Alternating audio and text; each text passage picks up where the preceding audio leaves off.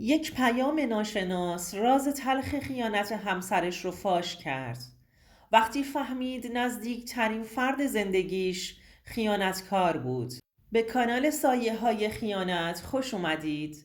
ما در اینجا سرگذشت واقعی افراد رو روایت می کنیم. افرادی که مدتها نتونستند اونها رو به زبون بیارند و این کانال به اونها امکان رو میده که تجربیات تلخ زندگی خودشون رو با شما در میون بذارند و ممنون از شما که با شنیدن سرگذشتشون ما رو همراهی میکنید. سپیده هستم. یه خواهر و یه برادر از خودم کوچیک‌تر داشتم. زندگی خوبی داشتیم تا اینکه چند سالی میشد که پدرم از طریق دوستاش به اعتیاد کشیده شده بود. مادرم بابت این قضیه خیلی عذاب میکشید. پدرم سنگکار بود و همیشه پروژه های خوبی میگرفت و هر چیزی که توی زندگی نیازمون بود رو برامون تهیه کرده بود. اما همین اعتیادش باعث شده بود که کسی دیگه بهش پروژه کاری نده و پدرم هم مجبور بود تا برای خرید مایحتاج خونه و اعتیادش یکی یکی وسایل‌های خونمون رو ببره و بفروشه. هر بار که تو خونه بود چشمش به یه چیز از وسایل‌های خونه میافتاد و سریع از جاش بلند میشد و برشون میداشت تا ببره که بفروشه و میدونست که کجا این وسیله ها رو خریداری میکنند، چون زیاد طول نمیکشید که بره و برگرده. انقدر به این کاراش ادامه داده بود که فقط پرده های خونمون برامون مونده بود. مادرم از این کار پدرم به تنگ اومد و یه شب تصمیم گرفت به صورت جدی مأمور خبر کنه تا بیان ببرنش. بعد از رفتن پدرم به کمپ مادرم مجبور بود که خودشو به هر دری بزنه تا کار پیدا کنه. تصمیم گرفت که خونه های مردم کار کنه تا بتونه هم خرج ما رو در بیاره هم پول کمپ پدرم رو بده. اما پولش برای این کارا کفایت نمی کرد تا اینکه از بهزیستی به مادرم زنگ زدند که یه خانم میانسالی هستش که نیاز به پرستار شبانه روزی داره. مادرم هم چون شرایط حقوقش رو پرسیده بود و قبول کرد مجبور بود، وگرنه نمیتونست از همه این مخارج بر بیاد. 2 ماهی شد که مادرم به خونه اون خانم رفت و آمد میکرد. اما یه روز حالش خوب نبود و ازم خواست که اگر میتونم به جاش پیش اون خانم برم. منم که دیده بودم مادرم خسته شده قبول کردم و به آدرسی که مادرم بهم داد رفتم. به یه آپارتمان چند طبقه رسیدم. کلید در رو انداختم و وارد شدم و به گفته های مادرم باید به طبقه سوم میرفتم. وقتی که کلید رو انداختم و داخل شدم، اون خانوم با دیدن من بهم سلام کرد و گفت سپیده خانوم شما هستی؟ جواب دادم سلام بله. گفت مادرت گفته بود که شما میای پیشم. منم با تکون دادن سرم جواب مثبت دادم. خلاصه پیشش موندم تا صبح شد. وقتی صبحانش رو آماده کردم و داروهاش رو دادم، مادرم بهم زنگ زد که تو راهه. منم سریع رفتم لباسهام رو پوشیدم که به خونه برگردم. وقتی از فاطمه خانم خداحافظی کردم و خواستم از پله ها پایین بیام، پسری رو دیدم که خیلی جذاب و خوش‌هیکل و قد بلند بود. چشمای درشت و زیبایی داشت. از کنار هم رد شدیم و ناخواسته بهش سلام کردم. یه نگاهی بهم انداخت و جوابمو داد و وارد واحدشون تو طبقه دوم شد. موقع ورود دوباره به پشت سرش نگاه کرد. منم ناخودآگاه به پشت سرم نگاه کردم. نگاه جفتمون به هم گره خورد. در یک لحظه ازش خوشم اومد. وقتی که به خونه برگشتم و از اون پسر جویا شدم، مادرم گفت که نوه همون خانم هستش و طبقه پایین مادر بزرگش زندگی می کنند. یا آپارتمان خانوادگی بود و همه کنار هم زندگی می کردند. 2 واحد اونجا خالی بود که مادر رامین اونها رو برای پسراش گذاشته بود که بعد از ازدواج توی اون واحدها زندگی کنند، که اینها رو بعدها متوجه شدم. از اون روز به بعد من بیشتر به هوای نگهداری فاطمه خانم به اون خونه می رفتم. مادرم هم که خیالش راحت بود به کارهای دیگش می رسید. کم کم به رامین علاقمند شدم و بعد از چند وقت متوجه شدم که اونم بهم علاقمنده. خلاصه ما بدون از چشم دیگران با هم دوست شدیم و بعد از اینکه مادر رامین این موضوع رو متوجه شد خیلی عصبی شد و از اینکه پسرشون عاشق دختر کارگرشون شده خیلی به هم ریخت. اما ما با تمام این مخالفت‌ها تونستیم با هم ازدواج کنیم و زندگی خودمون رو شروع کنیم. بعد از ازدواج یکی از واحدها رو رامین برای زندگی ما انتخاب کرد. با اینکه مادرش مخالف بود و اصلا از من خوشش نمی اومد، ولی من مجبور شدم علیرغم همه مخالفت‌هاشون جهیزیم رو که مادرم فقط تونسته بود یه سری وسیله های ریز رو برام تهیه کنه ببرم و بچینم.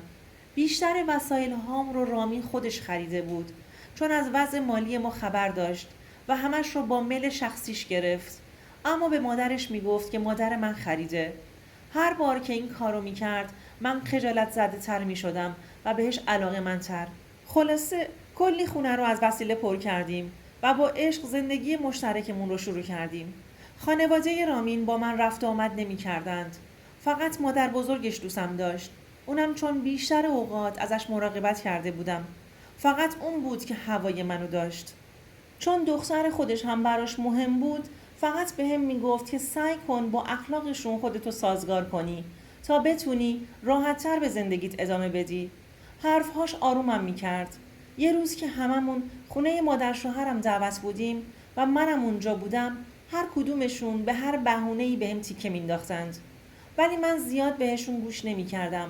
دلم میخواست جوابشون رو بدم، ولی به خاطر رامین و زندگیم سکوت میکردم. خودشون حرف میزدن و خسته میشدن و همش از کلاس دخترهای فامیل جلوم حرف میزدند. اصلا منو در حد خودشون نمیدیدند. رامینم ازم جلوشون طرفداری میکرد. همین دلگرمین بود که همسرم ساکت نمیمونه و ازم دفاع میکنه. چند روز گذشت. منم فقط از خونه به خونه مادرم میرفتم و از اونجا به خونه.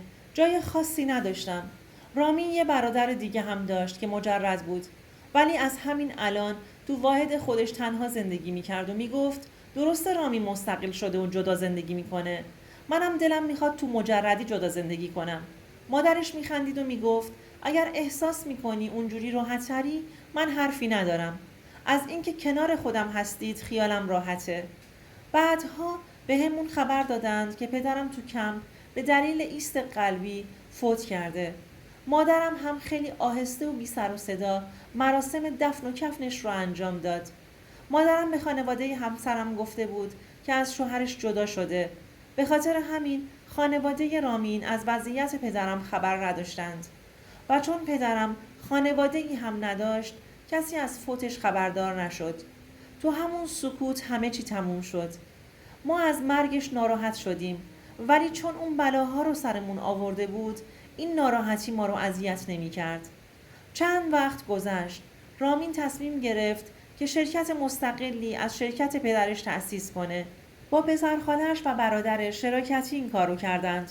پسرخالش خودش تولیدی پوشاک داشت، اما تو شرکت رامین سرمایه گذاری کرد و چون از کاربلدی رامین مطمئن بود باهاش شریک شد. برادرش رادش هم از خداش بود که با رامین شریک بشه. خلاصه از تأسیس شرکتمون چند ماهی گذشت و درآمدشون عالی بود. شرکت واردات زده بودند. مادر رامین تو همین فاصله برای رادش رفت خواستگاری. یکی از دخترایی که در شأن خانوادهشون بود و از نظر خانوادگی هم طبقه هم بودند رو برای پسرش خواستگاری کرد و کلاً همه چی تو یک ماه تموم شد و عروسیشون هم تو بهترین تالار گرفتند. اونقدر با اون دختر خوب بودند که میخواستند حرص منو در بیارند. ولی برعکس اصل دختری بود که از نظر شخصیتی این حرکات و رفتار براش عادی بود و اصلا خودش رو نمیگرفت. با منم طوری رفتار میکرد که فکر میکردم دوست هستیم نه جاری. منم وقتی رفتارهای اصل رو نسبت به خودم دیدم، کارهای مادر شوهرم روم تأثیری نداشت. همیشه فکر میکردم دلیل تمام این رفتارهای مادر شوهرم فقط فقر مالی خانوادگی من هستش و همینم منو عذاب میداد. خواهر رامین لنگه مادرش بود. تو هر کاری دخالت میکرد. ولی من بازم به خاطر زندگیم و آبروم ساکت بودم. خلاصه عجب صبری خدا بهم داده بود. منی که به خاطر بی احترامی به خودم همه چی رو به هم میریختم، اما حالا تبدیل شده بودم به زنی که به خاطر زندگیش سکوت میکنه تا زندگیش رو حفظ کنه. کم کم رامین شروع کرد به دیر اومدن خونه و نسبت به من هم سرد شده بود. نمیتونستم از این موضوع با کسی درد و دل کنم. وقتی که این کاراش رو ازش میپرسیدم، کار تو شرکت رو برام بهانه می‌کرد. منم از بس که ساده بودم باور می‌کردم. یه روز بهم گفت که تو کشور ترکیه مصاحبه کاری دارند و باید حتما برند. منم کلی خوشحال بودم که حتما من رو با خودش میبره. اما بهم گفت که تو سفر فقط آقایون هستن و قضیه کاری هستش و تفریحی نیست که بخواد منو همراهش ببره. بازم قبول کردم. وقتی که صبح از خواب بلند شدم دیدم رامین بدون خداحافظی رفته. وقتی به شرکت زنگ زدم گفتند که برای یه جلسه کاری رفتن به خارج از کشور. مطمئن شدم که صبح همون روز پرواز داشته. ولی چرا بیخبر و ازم خداحافظی نکرد؟ از این کارش ناراحت شدم ولی بازم خودم رو آروم کردم. شب شد. بهش زنگ زدم اما در دسترس نبود. رفتم خونه مادرم رو همونجا کنارشون موندم. نمیخواستم تو خونه بمونم. با خودم کلی وسیله برای مادرم اینا خریدم. رامین همیشه حساب بانکیم رو برام پر میکرد که مشکلی برای خرید چیزی نداشته باشم. 3 روز گذشت. تو این 3 روز حتی یه زنگ هم بهم نزد. هر وقت هم من بهش زنگ میزدم در دسترس نبود. متوجه شدم یه جای کار ایراد داره. من یه دوست داشتم به اسم لیلا که همه چیز رو بهش میگفتم. لیلا میگفت چرا باید جواب تو رو نده؟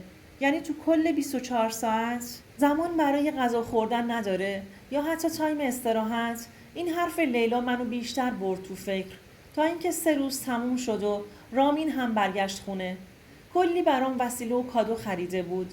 با همونا تونست دل منو نرم کنه. بازم تو دلم مونده بود که چرا جواب تماسهای منو نداده. دوباره روز از نو شروع شد و رامین دوباره شبها دیر می اومد خونه یا اصلاً هم نمی اومد. تا اینکه به گوشیم یه پیام اومد که آخه تا الان کدوم شرکت بازه؟ وقتی پیام رو باز کردم دیدم شماره ناشناسه. هر چقدر زنگ زدم به همون خط خاموش بود. از این پیام شوکه شدم. یعنی کی میتونه باشه؟ اومدم لباسم رو بپوشم که از پله ها بالا برم که عسل رو دیدم. بهم گفت امشب شام خونه ما هستید. ازش تشکر کردم و بعد هم از هم خدافزی کردیم. من تو دلم آشوب بود و همش به پیام فکر میکردم. شب شد رفتیم خونه عسلینا. هر کدومشون واسه خودشون حرف میزدن و منم تو فکر بودم. عسل بهم گفت چرا تو فکری؟ گفتم چیزی نیست همین جوری. نخواستم کسی متوجه بشه. مادر شوهرم همش از خواهرزادش تعریف میکرد و میگفت که خانومه و همه چی تمومه و از زیباییش میگفت. اما من زیاد برام حرفهاش مهم نبود. همش میخواستم ساعت مهمونی تموم بشه و به خونه برگردم. اون شب رامین بعد شام بهم گفت که باید به شرکت بره و تا دیر وقت هم حسابرسی دارند. به خاطر دعوت عسل اومده بود و وگرنه نمی اومد. منم ساکت شدم و چیزی نگفتم. اون خداحافظی کرد و اونجا رو ترک کرد. منم به بهانه خونه رفتم و خوابیدن پشت سر رامین بلند شدم. سریع رفتم لباسم رو پوشیدم و بدون اینکه کسی چیزی متوجه بشه از آپارتمان خارج شدم. یه ماشین دربست گرفتم و سمت شرکت راه افتادم. وقتی رسیدم تمام چراغ‌های شرکت خاموش بود. مشخص بود که کسی تو شرکت نیست. بازم دلم آروم نشد. از نگهبانی پرسیدم آیا کسی تو شرکت هست؟ بنده خدا از این حرفم خندید و گفت شما خودت نگاه کن، جواب سوالت رو میگیری. داشتم دق میکردم. یعنی رامین کجا رفته؟ چرا به همون دروغ گفته؟ پس شبها رو کجا میمونده؟ همه اینها برام سوال شده بود. یعنی این همه مدت که میگفت شبها خونه نمیام و شرکت میمونم همش دروغ محض بود. دوباره ماشین گرفتم و سمت خونه برگشتم. همه تو خونه عسل بودند. کسی از بیرون اومدن من خبردار نشده بود. به خونه رفتم و تا خود صبح راه رفتم و فکر کردم. بازم یه پیام برام اومد که امشبم تنها موندی و چند تا استیکر خنده. انگار یه چیز داشت خفم میکرد.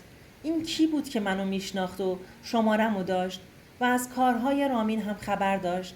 هر چقدر به رامین زنگ زدم در دسترس نبود. رفتم خونه مادرش و گفتم که رامین تو خونه کارتش رو جا گذاشته و من هر چقدر زنگ میزنم جواب نمیده. شما بهش زنگ بزنین و بگین که نگران نشه. مادرش گفت مهم نیست. اون چند تا کارت داره. نهایت فقط یکیش رو جا گذاشته. من مزاحمش نمیشم. انگار مادرش از یه چیز خبر داشت. از طرز صحبتش مشخص بود. صبح شد و رامین برگشت. کلی با هم بحث کردیم. وقتی که فهمید من میدونم شرکت نرفته بهم گفت که کار شرکت حتما نباید تو شرکت باشه. ما تو قسمت انبارگردانی بودیم. میدونستم بازم داره دروغ میگه. فردای اون شب همون پیام برام اومد. رامین قرار بود که به تولد پسرخالش بره، ولی من حوصله نداشتم و گفتم من نمیام. همون جوری که استوری ها رو نگاه میکردم دیدم عسل یه لایو زنده گذاشته که اون گوشه رامین رو نشون میده که با دختر خالش کلی خوشحال و دست به دست داشتن میرقصیدند. سریع لباسم رو پوشیدم و خودمون به مهمونی رسوندم. همه با دیدن من تعجب کرده بودند، مخصوصا بهار دختر خاله رامین. رامین رو کرد به من و گفت چی شد؟ تو که نمیخواستی بیای. گفتم یهو تصمیم گرفتم. مثل اینکه از اومدنم ناراحت شدی. گفت نه، زیادم برام مهم نیست. دوباره به رقصیدن ادامه داد. بهار همش دور رامین بود و هر لحظه تو جشن با هم بودند. وقتی رفتم جلو و دست رامین رو گرفتم که باهاش برقصم، منو خیلی قشنگ پس زد و با یه چرخش دوباره سمت بهار برگشت. گفتم حتما دختر خالشه. عسل یه نگاهی بهم انداخت و گفت خودتو ناراحت نکن و بعد هم رفت یه گوشه نشست. تو اون جشن داشتم عذاب میکشیدم. بهار واقعا دختر زیبایی بود و مادر رامین هم همیشه ازش تعریف میکرد. تو همین بین مادر رامین اومد کنارم و بهم گفت حالا دیدی که رامین تو رو دوست نداره و به دختر خالش علاقه‌منده؟ با حرف مادرش مثل برق برگشتم سمتش. متوجه حرفش نشدم. چی داشت میگفت بهم؟ داشت خواهرزاده و پسرش رو با هم بهم نشون میداد. منی که زن رامین بودم.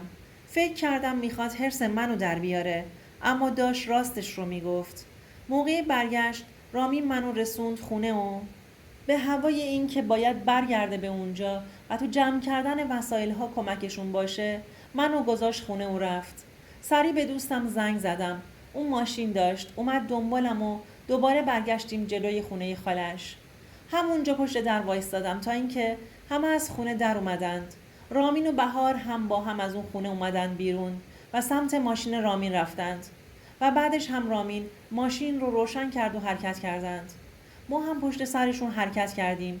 تو کل مسیر پشتشون گریه می کردم که چرا با من این کارو کرده. لیلا می گفت حالا شاید داره دختر خالش رو میرسونه، آروم باش، ببینیم چه خبره. تا اینکه به یه خونه ویلایی رسیدند. رامین در رو باز کرد و با هم وارد خونه شدند و در رو هم پشت سرشون بستند. یه آقایی که داشت از اون سمت رد می شد و همسایه‌شون بود پرسیدم آقا این خونه مال کیه؟ گفت اینجا رو یه خانم و آقای جوونی 6 ماهی میشه که خریدن و بار آوردند. دیگه داشتم ایست قلبی میکردم. رامین و بهار با هم زندگی میکردند و رامین داشت با دختر خالش به من خیانت میکرد. دوستم بهم گفت میخوای چیکار کنی؟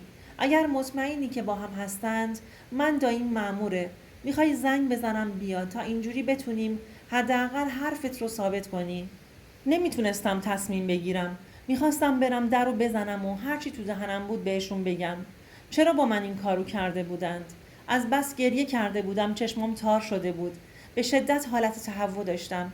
یعنی فقر من باید این بلا رو سرم می آورد؟ اگر رامین دختر خالش رو میخواست چرا با من ازدواج کرده بود؟ همه اینها از ذهنم میگذشت تا اینکه به لیلا گفتم بگو داییت بیاد. لیلا زنگ زد به داییش و ماجرا رو براشون تعریف کرد و اونا هم اومدند. در رو زدند و گفتند که من ازشون شکایت دارم. رامین هم با دیدن من خشکش زده بود، ولی با آرامش کامل گفت جناب من با همسرم اینجا هستم. ایشون صیغه من هستند و کار غیرقانونی انجام ندادم و کل خانواده هامون هم در جریان هستند. از این خانم هم قرار بود که طلاق بگیرم که تا الان طول کشیده. دنیا رو سرم آوار شد. رامی میخواست منو طلاق بده و من نمیدونستم. به هر حال به اداره پلیس رفتیم و بهار همونجا بهم گفت که رامین و بهار از بچگی عاشق هم هستند و الان هم از رامین بارداره و خالش اینا هم اینو میدونند و تمام اون پیام ها رو هم خود بهار برام فرستاده بود. همونجا تصمیم گرفتم که از رامین به خاطر تمام خیانت هایی که بهم کرده بود جدا بشم و بیشتر از این خودم رو تحقیر نکنم. بعد از اینکه مادر رامین با شنیدن این قضیه به اداره پلیس اومد، همونجا بهم گفت تو از اولش وصله ما نبودی و برای پسرش وکیل گرفت که کارها سریعتر پیش بره. منم تمایلی به ادامه زندگیم با رامین نداشتم. پدر رامین کل مهریم رو بهم پرداخت کرد تا بتونم باهاش زندگی خودم رو سر و سامون بدم. الان حدوداً 1 سال از این ماجرا میگذره و شنیدم که برای رامین و بهار یه عروسی خیلی باشکوهی گرفتند و بچهشون هم به دنیا اومده و همگی دارن با خوشی زندگی میکنند. فقط مهره سوخته این داستان من بودم که به شعور و احساس و شخصیتم لطمه خورده بود. دوستان عزیزم، اگر شما هم به این نوع سبک از محتواها علاقه‌مند هستید، این ویدیو برای تو هستش. لطفاً برای دیدن ویدیوهای بیشتر ما رو سابسکرایب کنید و ممنون که تا انتهای این ویدیو با ما همراه بودید.